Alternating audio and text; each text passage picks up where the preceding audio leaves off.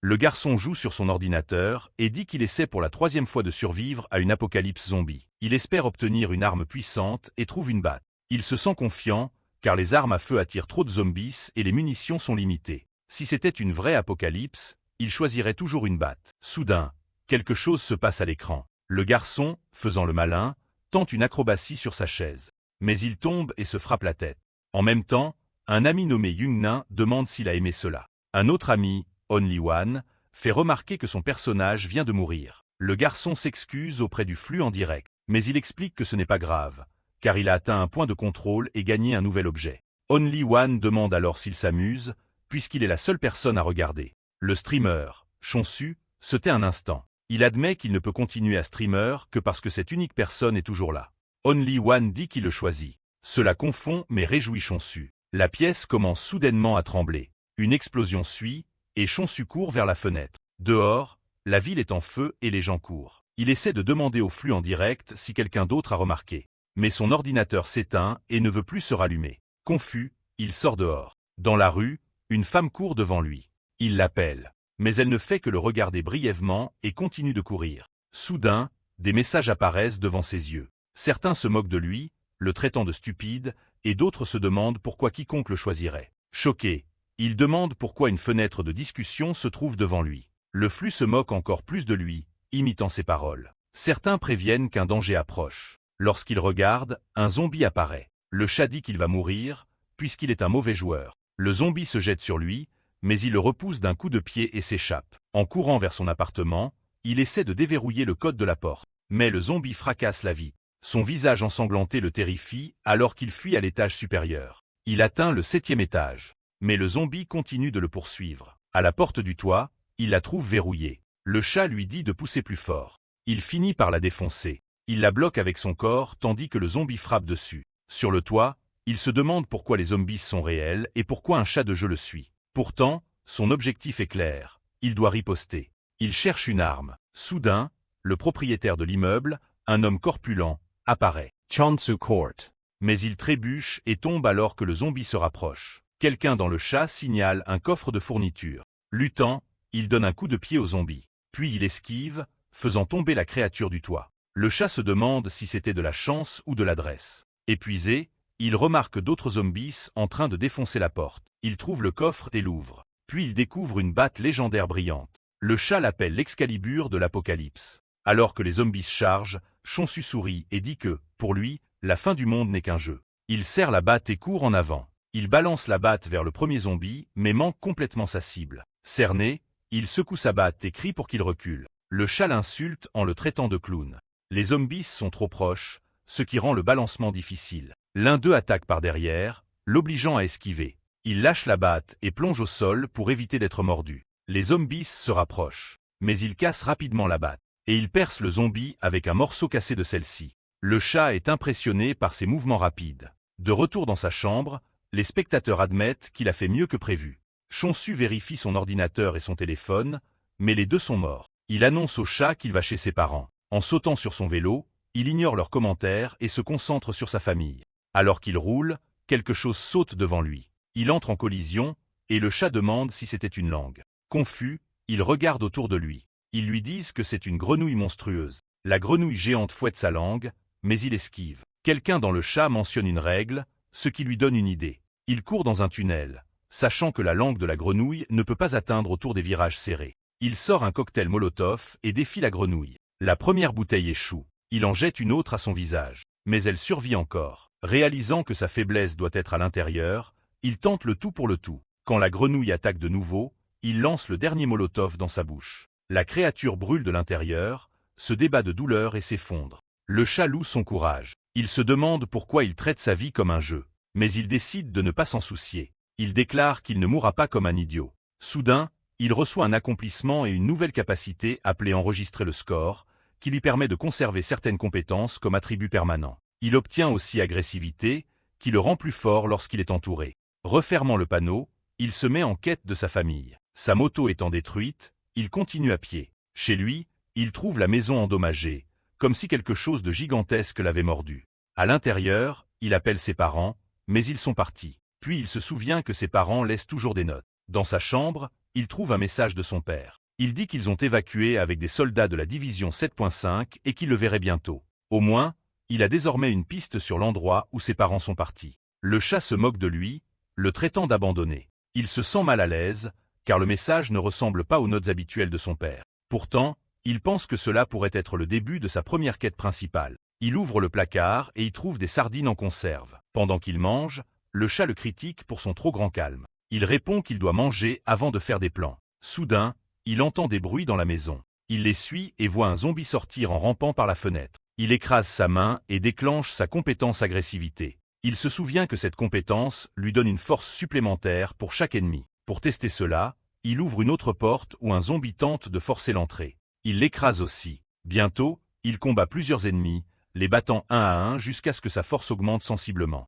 Un autre bruit vient de la cuisine. Il s'y précipite et trouve un homme caché sous la table. L'homme dit qu'il est chef cuisinier et propose de cuisiner. Le chat avertit que laisser un inconnu cuisiner chez lui est risqué. Chonsu explique qu'il a faim et que si l'homme essaie quelque chose, il saura s'en occuper. Le repas lui redonne de l'énergie. Le chef se présente sous le nom de Minju, du restaurant Myeongseoru. Chonsu le remercie, mais dit qu'il doit partir bientôt pour retrouver son père. Minju suggère d'aller à l'école primaire, devenue un refuge d'urgence. Chonsu pense que cela pourrait être un bon endroit pour obtenir des informations.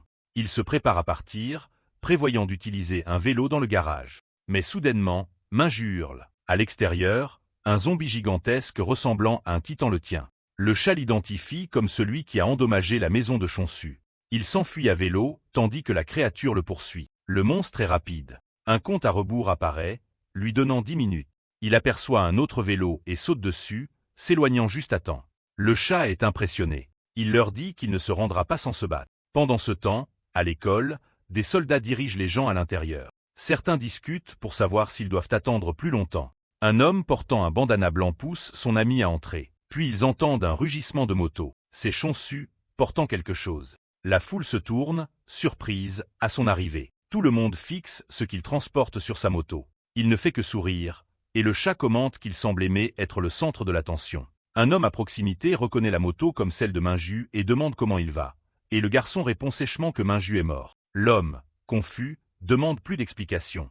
Mais le garçon répond qu'il n'y a rien d'autre à expliquer et demande qui est le chef. Un policier nommé Seo-jun s'avance, disant qu'il est responsable. Le garçon se présente, et Seo-jun demande s'il a vraiment ramené une partie du monstre. Le garçon est surpris que Seo-jun soit déjà au courant. Seo-jun explique que beaucoup de gens sont morts à cause de cette créature et demande ce qui s'est passé. Le garçon dit qu'il l'a tué. Tout le monde est choqué, car il pensait qu'il était impossible de tuer un tel monstre. Plus tôt, alors qu'il était encore sur le vélo, le garçon avait demandé au chat s'il voulait parier qu'il survivrait. Ils ont demandé ce qu'il risquait, et il a répondu que le pari était sa propre vie. Le monstre détruisait des bâtiments et ne semblait jamais se fatiguer. Le garçon a dit que s'il vivait, le chat lui serait redevable. Les spectateurs se sont plaints de n'avoir rien à gagner et qu'il allait de toute façon échouer. Il leur a dit que s'il perdait, il mourrait simplement. Amusés par son attitude téméraire, ils ont accepté. Seul Wan a confirmé le pari, et le garçon a souri en accélérant dans le tunnel avec le monstre à ses trousses à 100 miles à l'heure. De retour au refuge,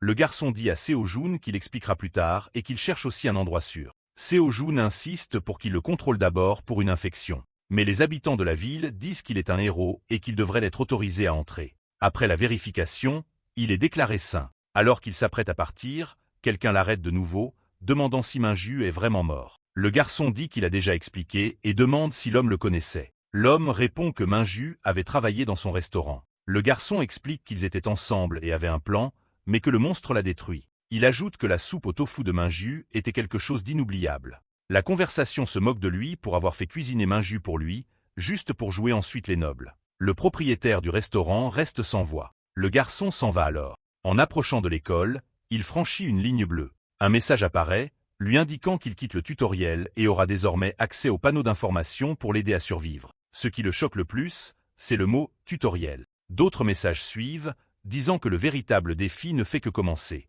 Il se précipite dans une pièce et appelle Only One, disant qu'il ne peut plus continuer sans connaître la vérité. Il lui rappelle leur pari et exige une explication. Only One demande de quoi il veut parler. Le garçon répond qu'il veut comprendre ce qui se passe. Le reste de la conversation s'énerve, demandant s'il a reçu des explications. Il avoue qu'il n'en a pas eu. Ils sont surpris qu'il soit encore en vie et demandent comment il semble en savoir autant. Il répond, confus, que ce doit être son instinct de streamer. La conversation trouve ce détail intéressant, et quelqu'un mentionne que s'il gagne le jeu, il aura le pouvoir de reconstruire le monde comme il le souhaite. Le garçon est stupéfait, et Only One le confirme, expliquant que tout dans ce monde est réel, mais quelques détails ont été modifiés. Il est le seul joueur, et ce groupe préfère suivre une seule personne à la fois. Tous les autres ressemblent davantage à des PNJ, tandis que lui seul est le protagoniste. Only One lui conseille de ne pas trop réfléchir à la réalité de la situation, mais de simplement les considérer comme des spectateurs et de continuer à jouer pour gagner. Submergé, le garçon se demande si Only One est une sorte de dieu. Il lui demande même directement, mais Only One rejette la question comme étant stupide. Only One dit qu'il ne donnera qu'un seul indice. Ils aiment un bon spectacle, donc le garçon doit se donner à fond et les divertir. Le garçon marmonne que c'est une mission étrange pour quelqu'un qui ne quitte jamais sa maison, mais se souvient alors du panneau d'information.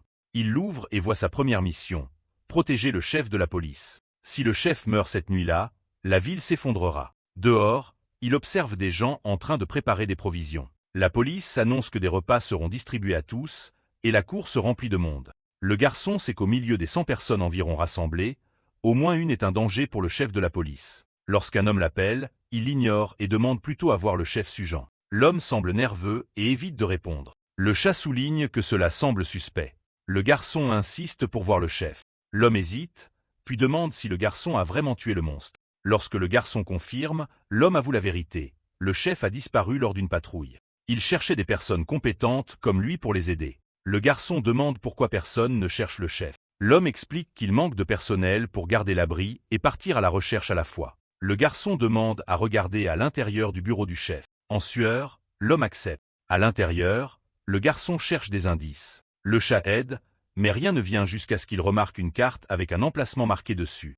Il se rend compte que ce n'est pas loin. Soudain, quelqu'un entre, disant qu'il a entendu que le garçon cherche le chef. L'homme se présente comme Kiongo et serre sa main, appuyant fort comme pour le tester. Le chat se moque du garçon en le traitant de faible, tandis qu'il se demande pourquoi Kiongo agit ainsi. Avant que quelque chose de plus arrive, des cris retentissent. Tout le monde se précipite dehors. Des infectés sont apparus parmi la foule. La panique se répand alors que les gens se font mordre et que l'infection progresse rapidement. Le garçon se demande comment cela a pu arriver, tandis que le chat avertit que le chaos arrive. Il attrape son marteau et court aider, criant aux policiers d'intervenir. Mais la police ne peut pas tirer sans toucher les civils.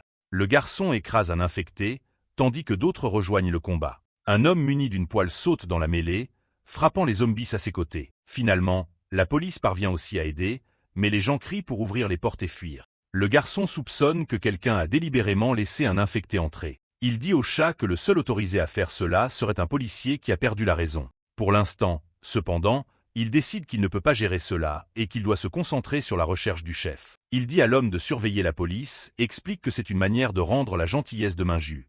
L'homme semble confus, mais le garçon s'enfuit sans expliquer. Il retourne à son vélo et dit au chat que rester au refuge ne ferait que perturber ses plans. Il est convaincu que l'endroit marqué sur la carte cache quelque chose d'important. Plus tard, il atteint un conteneur dans la forêt. En regardant par les fenêtres, il ne voit personne à l'intérieur. Mais le sol est couvert d'empreintes de pas. Il se demande si ce sont des zombies qui les ont faites. Il demande au chat quand il recevra un nouveau coffre de ravitaillement.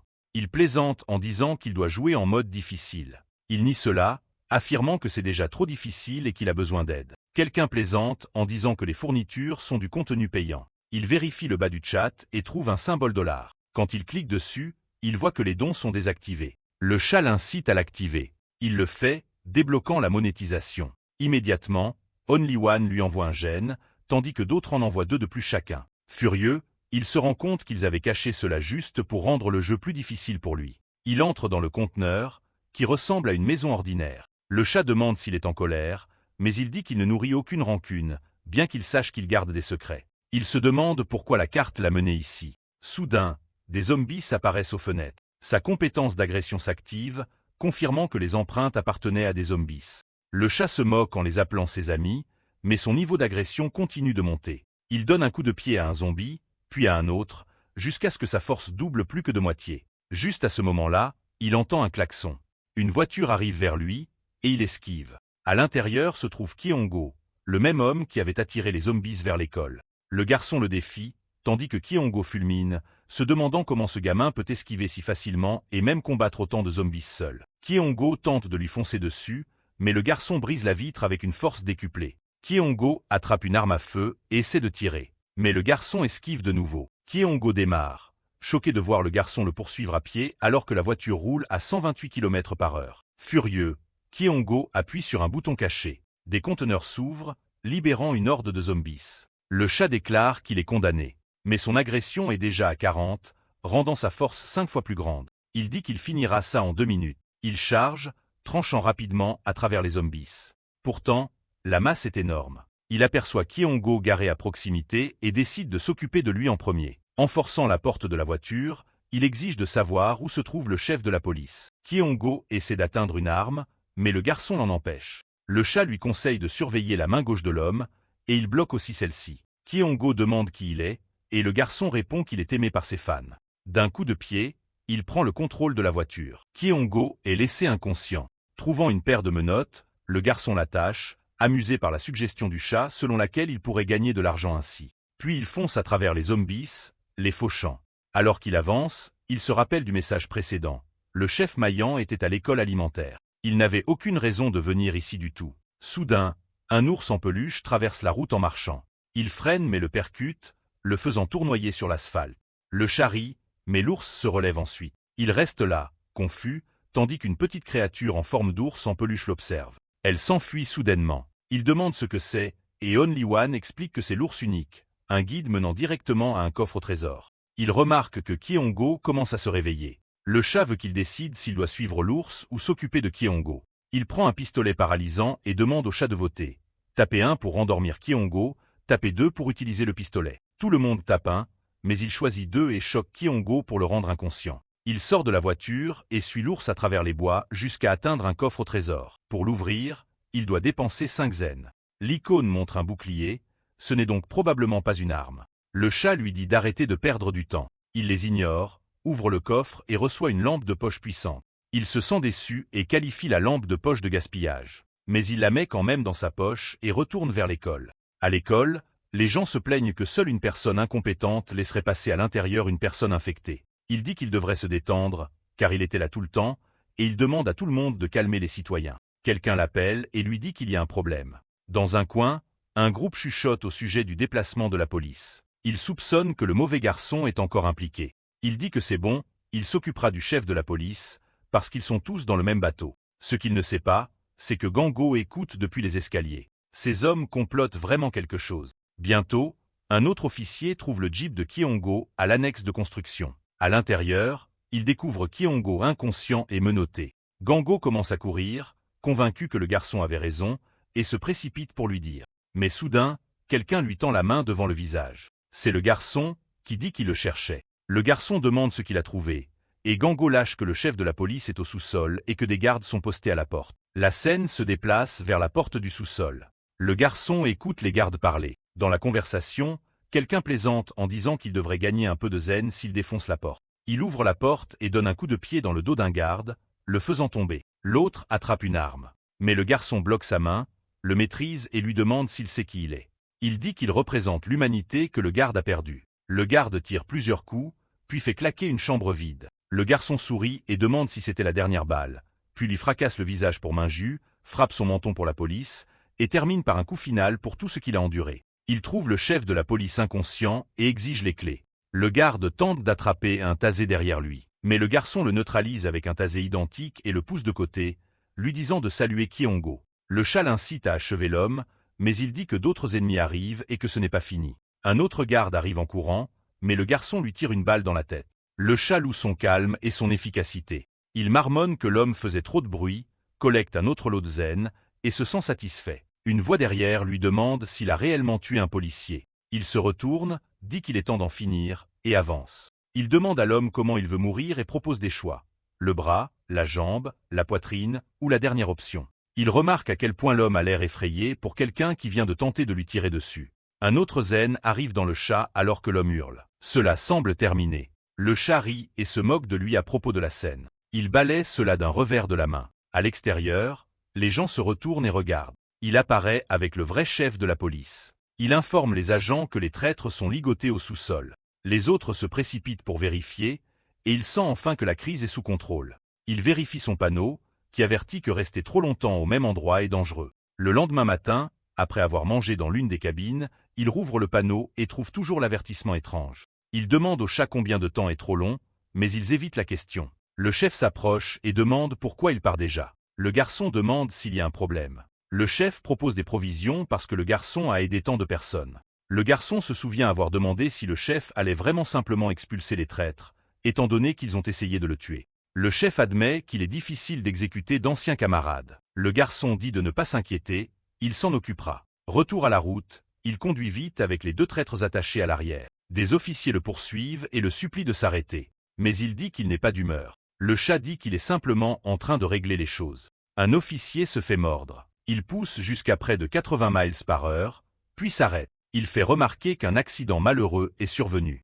De retour au présent, le chef le remercie à nouveau. Le garçon dit qu'il ne refusera pas des provisions supplémentaires. Le chef est d'accord et propose même une voiture, lui demandant de ne pas partir sans dire au revoir. Il s'assoit dans la voiture, jouant avec la lampe de poche, encore incertain de son utilité. Le chat lui dit de se détendre et d'attendre. Il s'endort. Il se réveille, frissonnant de froid. La climatisation est éteinte, mais sa respiration se condense en buée. Dans le rétroviseur, une créature squelettique et encapuchonnée approche. Le chat avertit qu'elle est enfin arrivée. Il appuie à fond sur l'accélérateur, dérape et tente de s'échapper. La police crie pour qu'il attende, mais il les dépasse en trombe. Il gronde le chat qui rit au lieu de l'avoir averti plus tôt. Il jette un nouveau coup d'œil et la créature a disparu. Il ne la voit pas apparaître à côté de sa fenêtre. La vitre de la porte se brise. Il accélère pour prendre de la distance. Le chat dit qu'il doit se déplacer dans une autre région, sinon il ne pourra pas s'échapper. Le monstre réapparaît soudainement devant lui. Il percute un pilier. L'airbag explose, mais il est secoué et blessé. La créature avance. Il trébuche, vise et tire, mais les balles ne font rien et le monstre ne meurt pas. Il court. Épuisé dans un couloir, il entend le chat marmonner qu'il pourrait mourir aujourd'hui. La créature réapparaît et se jette sur lui. Il allume la lampe de poche d'un coup. La créature recule et se protège. Les instincts de joueur s'activent. Cet objet doit avoir un but. Il profite de l'ouverture pour sauter par la fenêtre. Il atterrit sur un vélo et chute immédiatement car le pneu est crevé. Il s'écorche le genou. Le monstre revient. Il jette la lampe de poche et court, tirant encore pour le ralentir. Puis il remarque une ligne faible sur le sol. Il comprend qu'elle marque la limite du monstre. Il dit que c'est le dernier tir. La créature touche la ligne et se désintègre. Il s'effondre, à peine conscient.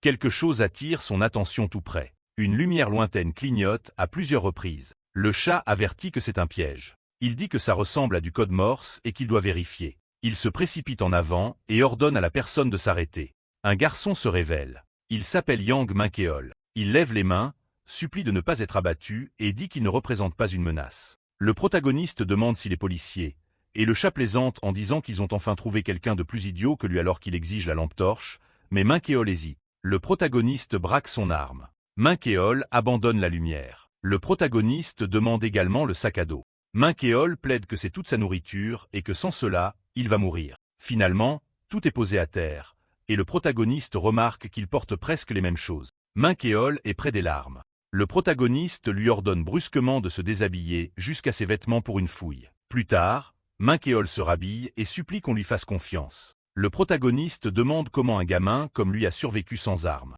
Il se demande si Minkeol travaille avec d'autres comme appât. Il dit au chat de regarder le visage du gamin et se détourne en disant qu'ils vont se séparer. Minkeol déclare brusquement qu'il a souffert pour atteindre cet endroit, que tous ses amis sont morts, et qu'il a survécu seulement parce qu'il était un lâche. Le chat dit qu'il a l'air honnête. Le protagoniste demande si c'est vrai, et Minkeol hoche la tête.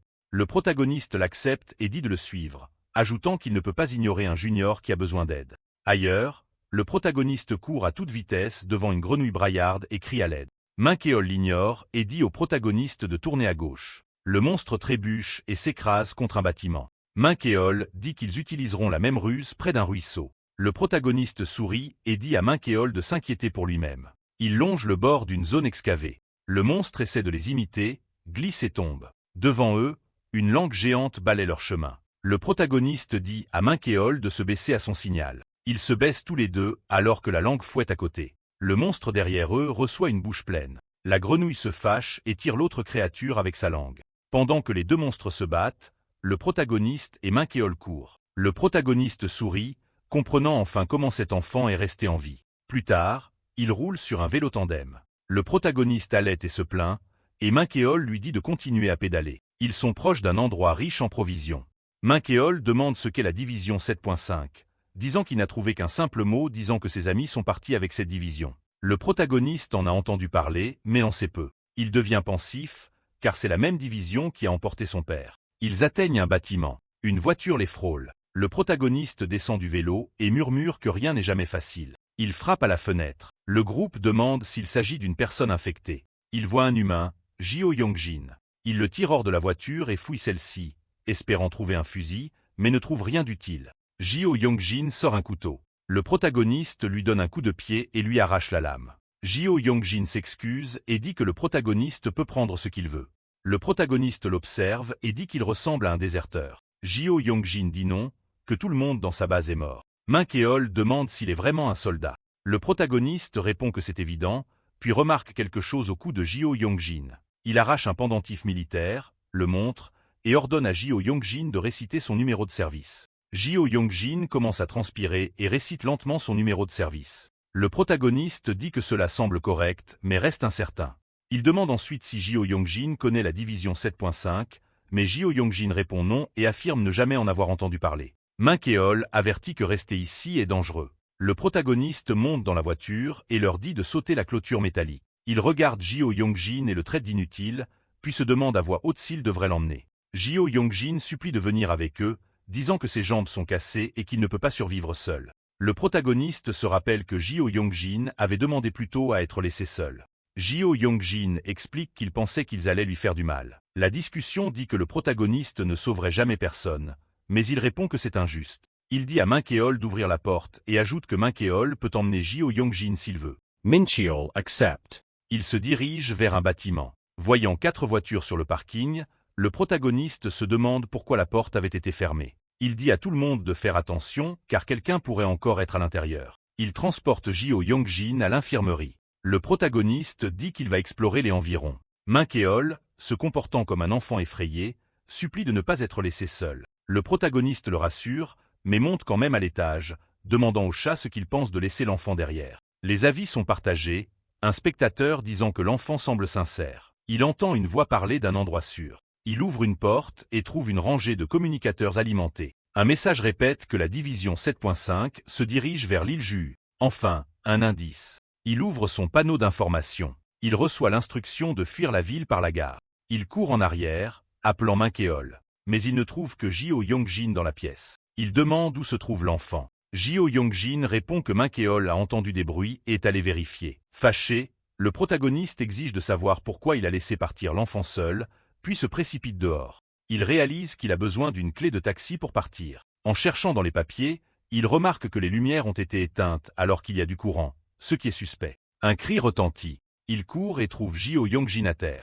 Jio Yongjin demande de l'aide et dit avoir entendu des sons venant du sous-sol. Des pas résonnent dans l'escalier. Un homme apparaît, utilisant Minkeol comme otage. Minkeol hurle au protagoniste de fuir, mais il refuse. Le protagoniste lève un couteau et exige la libération de Minkeol. L'homme en sueur affirme que l'enfant est un voleur qui est entré par effraction dans sa société. Il les désigne tous les deux comme des voleurs, ajoutant qu'il ne reste plus de conducteur maintenant. Le protagoniste comprend pourquoi il n'a pas pu trouver de clé. Jio Yongjin tremble. Le protagoniste accuse le propriétaire de l'entreprise d'avoir envoyé ses chauffeurs de taxi. Il essaie d'expliquer qu'il n'est pas un voleur. Réfléchissant rapidement, il affirme qu'il est en fait un nouveau chauffeur de taxi venu aider.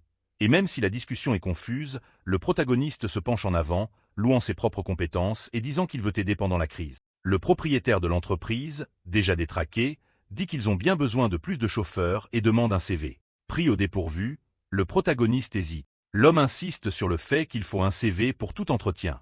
Le protagoniste dit qu'il en a déjà apporté un et qu'il se trouve au bureau. Il dit à Jio Yongjin d'aller le chercher. Jio Yongjin revient avec une feuille qu'il dit être la correspondance la plus proche. Le propriétaire la regarde fixement. Le protagoniste appelle Minkeol à bouger, bouscule l'homme d'un coup d'épaule, puis se jette en avant. Il arrache la béquille de Jio Yongjin et frappe le propriétaire. Il ordonne à Minkeol d'attacher les jambes et les bras de l'homme. Il trouve la clé et court vers une voiture, disant à Jio Yongjin de conduire. Le propriétaire hurle après eux. Le protagoniste dit de se diriger vers la gare. Puis il voit des foules courir, chacune avec un œil géant dans le dos, poursuivie par une créature colossale semblable à une araignée. Il dit à Jio Yongjin que s'ils suivent sa direction, il les fera sortir. Jio Yongjin n'a aucune idée de ce qu'est le monstre. Il charge, et Jio Yongjin appuie à fond sur l'accélérateur. Il fait tourner la voiture, mais il n'y a pas de sortie claire. Dans le chaos, le propriétaire se dégage en se tortillant et les maudit. Chonsu ordonne à Jio Yongjin de faire demi-tour et de retourner vers l'entrée principale. Le propriétaire crie pour son taxi, puis le voit passer avec le monstre à sa poursuite. Il dérive devant la créature. Elle percute un bâtiment. Il file dans la rue. Jio Yongjin demande si le protagoniste a vraiment utilisé l'homme comme appât. Épuisé, le protagoniste dit que le propriétaire s'est avéré être un excellent dirigeant d'entreprise après tout. Minkeol marmonne que c'était le meilleur choix pour la survie de tous. Devant eux, une ligne bleue traverse la route. Alors qu'ils la franchissent, un point de contrôle s'enregistre. Désormais, le chat peut poster des missions, les plus difficiles offrant de meilleures récompenses. Les spectateurs célèbrent et disent que le gros dépensier qui atteint toujours la limite de ses cartes brillera. Chonsu demande si Minkeol peut voir le chat, et ils répondent qu'il ne peut ni les entendre ni les voir quand le protagoniste parle au stream. Il vérifie le système mais ne voit encore aucune fonction et demande ce que cela signifie. Le gros dépensier fait un don d'un zen et dit qu'il comprendra bientôt. Chonsu tend la main, impatient, quand des pas lourds résonnent derrière eux. La créature est de retour. Il supplie Jio Yongjin d'aller plus vite. Jio Yongjin dit qu'il roule déjà à pleine vitesse, mais que le monstre les rattrape. Chonsu se demande s'il est plus rapide en ligne droite et demande à Minkeol un autre itinéraire, mais Minkeol n'en a pas. Il dit à Minkeol de réfléchir. Minkeol suggère de prendre la route de montagne à gauche. Jio Yongjin prévient que c'est plus lent. Chonsu insiste, disant qu'ils mourront sinon, et alors qu'ils montent, l'écart se creuse. Jio Yongjin avertit d'un virage serré à venir. Chonsu demande à Minkeol, qui lui dit de continuer car le monstre ne peut pas arrêter son élan. Chonsu supplie le chat pour une mission avec une récompense. Les spectateurs lui disent qu'il est condamné. La panique grandit, jusqu'à ce que le gros dépensier poste une mission, baisser la fenêtre du taxi et provoquer la créature. La récompense est un bonus qui maintient la voiture sur la route pendant 5 secondes. Il baisse immédiatement la fenêtre et lance des insultes, traitant le monstre de laid et le défiant de le tuer. La mission est accomplie. Le bonus s'applique.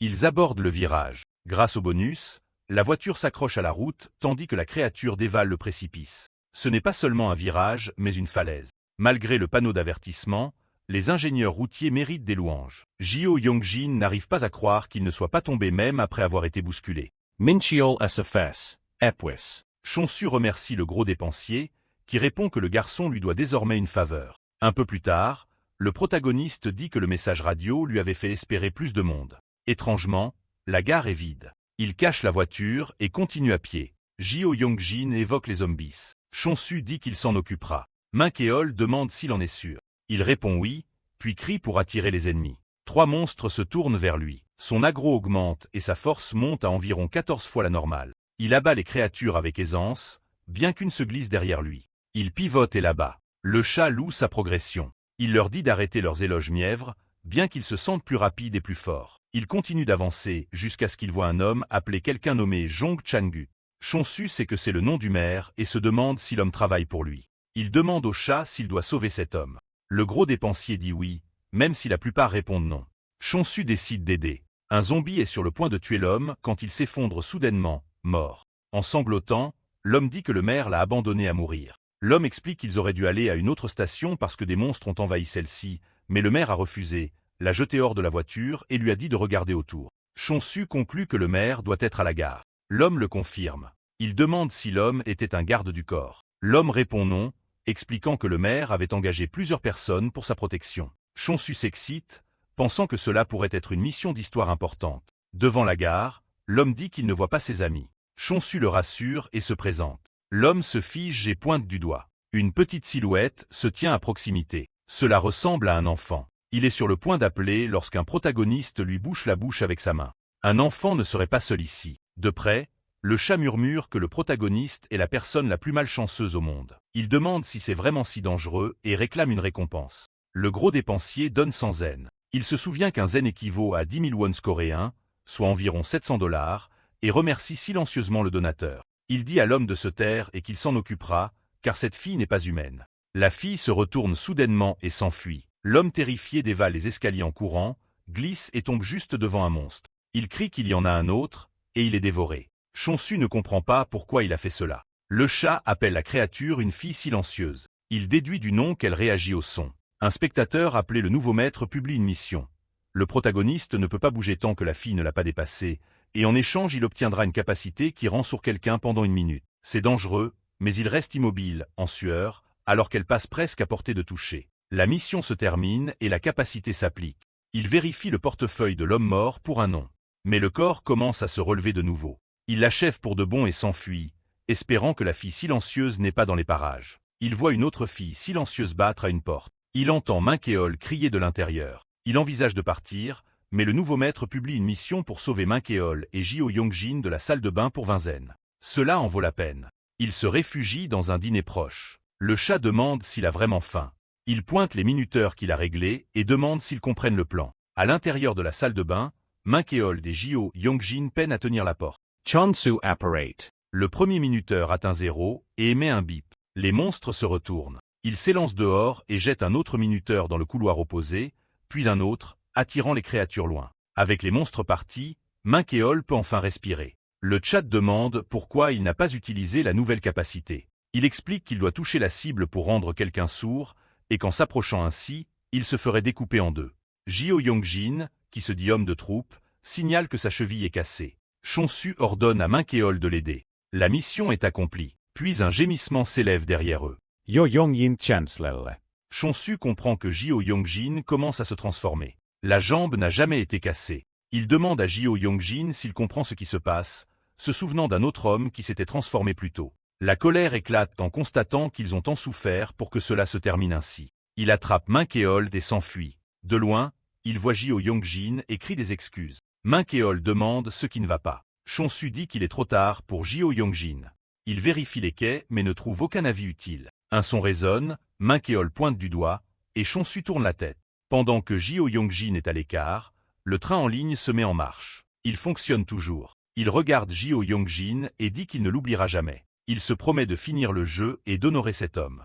À la station, il avertit Minkeol d'écouter s'il veut rester en vie. Un train apportera des choses qu'ils ne veulent pas, donc Minkeol doit rester vigilant. Une annonce informe qu'un train arrive. Il repère une caisse en bois et s'y cache. La première locomotive rugit en passant, emportant avec son souffle de nombreuses créatures. Une seconde locomotive suit. Quelqu'un utilise clairement le train de tête pour attirer les monstres loin de là. Il se rend compte que c'est le second train dont ils ont besoin. Il sort discrètement de la caisse, dit à Minkeol de rester sur place, et court vers le train. Avançant prudemment, il voit le conducteur et une femme officier se disputer au sujet du maire disparu. Il reconnaît la femme d'après Internet.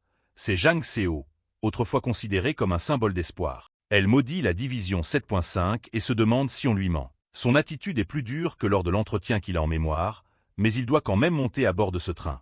Minkeol jette un coup d'œil hors de la caisse, et même si tous deux pourraient probablement la maîtriser, il vaudrait mieux obtenir son aide. Minkeol dit qu'il n'y a qu'une seule personne, donc ils peuvent s'en charger. Au moment où le protagoniste s'avance, Jang Seo exige de savoir qui il est. Minkeol lève un tuyau pour frapper, mais le protagoniste lui dit d'arrêter. Jang Seo suppose qu'il veut voler le train parce qu'elle est seule. Il dit qu'elle se trompe et montre une carte qu'il identifie comme faisant partie de la sécurité du maire. Elle doute qu'une personne comme lui puisse être aussi coriace. Il dit qu'il a une nouvelle importante.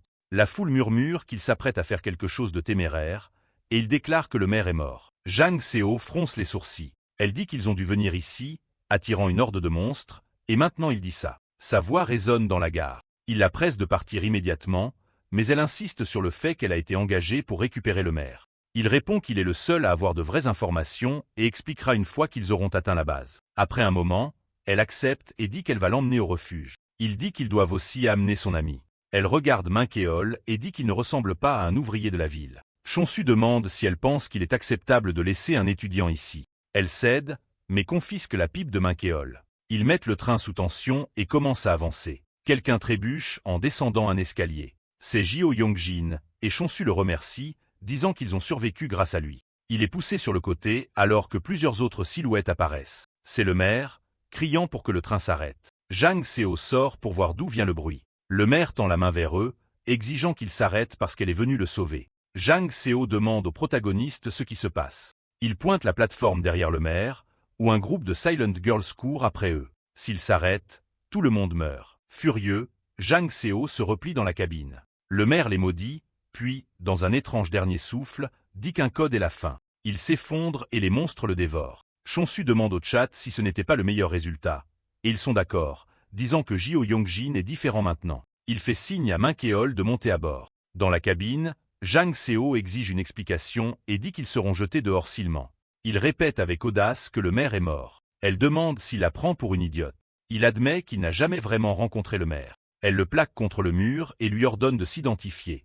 Il s'excuse et donne son nom. Elle demande pourquoi il a menti et quel est son plan. Il dit qu'il n'est qu'un passager et n'a jamais prétendu être la personne sur la carte. Il a seulement montré, mais elle rétorque qu'il mérite d'être expulsé. Il explique qu'il a trouvé la carte sur quelqu'un qu'on avait laissé mourir. Et puisque la station était envahie de créatures, il a utilisé ce qu'il avait pour les en faire sortir. Elle lui donne un coup de pied au pied, ce qui le fait chanceler, et le prévient qu'il a tout de même trompé. Il mentionne son interview à propos des gens traversant des moments difficiles et dit qu'il fait partie d'eux. Elle demande comment il connaît son nom.